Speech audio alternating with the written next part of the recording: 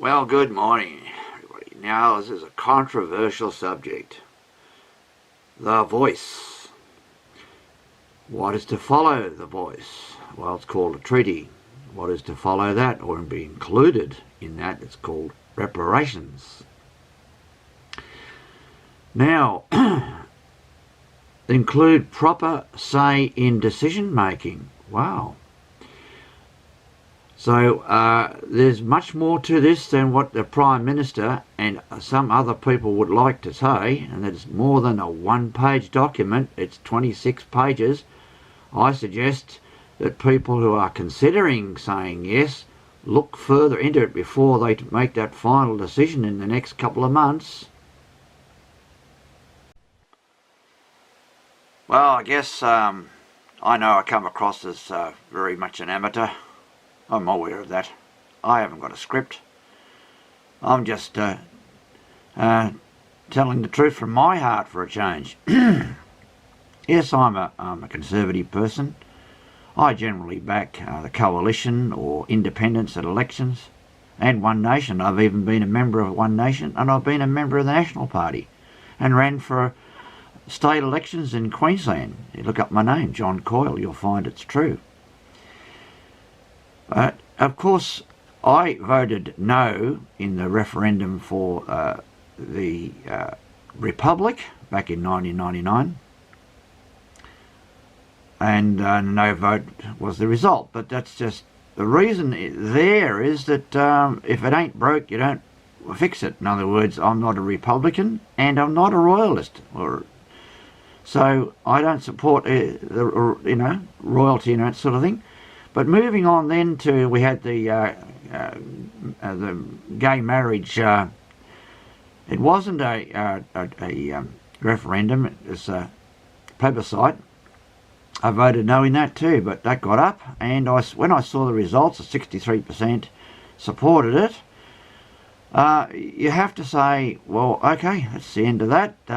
It all went ahead, and now we move on to the voice. Well, that's coming in around about October. It's only next month, or November at the latest. The reason is to avoid all school holidays and public holidays and Christmas and all the rest of it.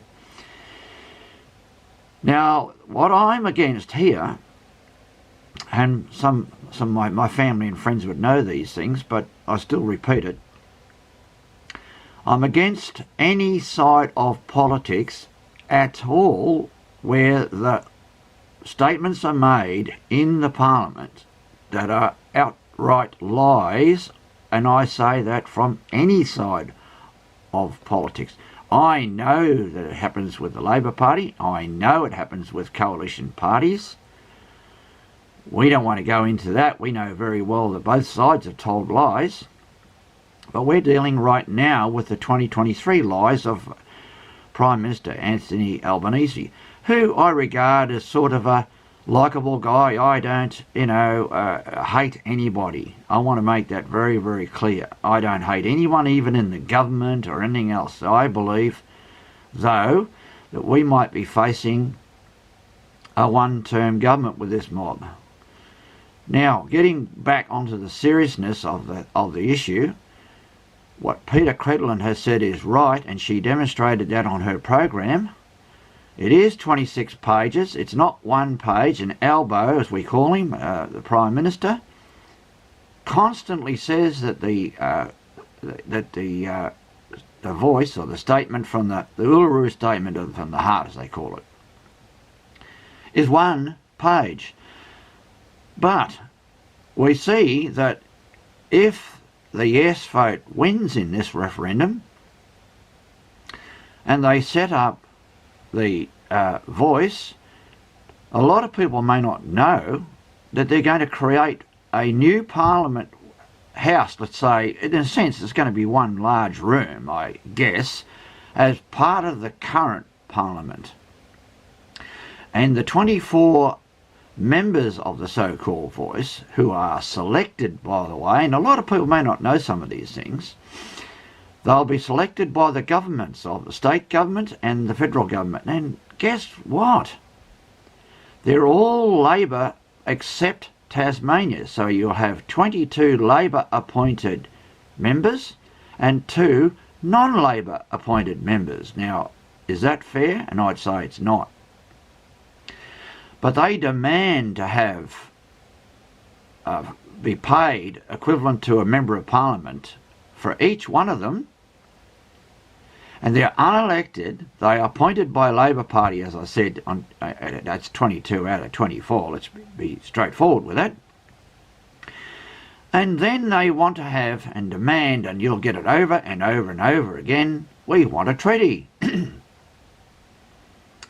Oh, there are treaties in other countries. New Zealand has a treaty with Maoris.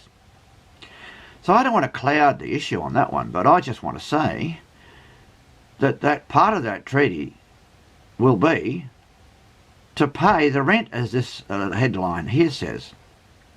In other words, if you're a worker, you'll get a levy, like the Medicare levy, will be to pay the reparations. Who will handle that money and where will it go? Well, first of all, I don't care if anyone calls me a racist. I'm not a racist, or a bigot, or whatever you want to call me. But I'd say that the voice is going to be made up of half-caste and quarter-caste people, which you'd think, well, that's being racist. Well, no, it's not. They're taking their black side of their genes, so we say, and they're ignoring everything that's not of Aboriginal descent. In other words, they're white and other. I don't care what colour people are, by the way. Just I like to be treated the way I like to treat them as well, in a good way. But pay the rent. So that means if you work, you'll pay some sort of levy. If you don't work and you think, oh boy, phew, I got out of that one. Well, no, you didn't. No, you won't. It'll go on to your rates. And then you've got to say, how long are these people going to be appointed for? Okay, how much are they going to be paid? Well, all that should be revealed in Parliament. I'd like to see questions like that asked by Peter Dutton, the leader of the opposition, who I find a likeable person, whereas some people say he's not, some people hate him and all that sort of thing. Well, so what? I'd say that he'd be right onto it if he'd asked those right questions. So I just want to kind of leave those thoughts with people and just see, well,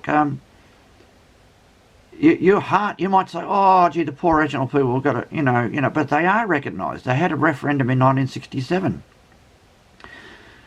And that was passed by 90% of the people.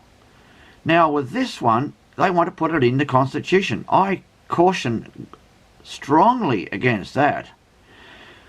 We had something called ATSIC. Anyone who's of my age group understands and remembers what ATSIC was, and it was abolished by the Howard government. Why? Because it was corrupt and wasteful.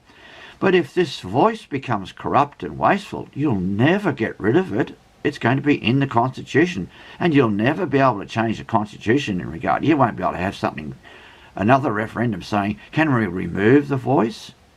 That'd be ridiculous. It'd be there for life. And you'll be paying for life for the rest of your life. Your grandchildren will pay. I just thought I'd like to leave my thoughts on those issues with you and see what you think about it.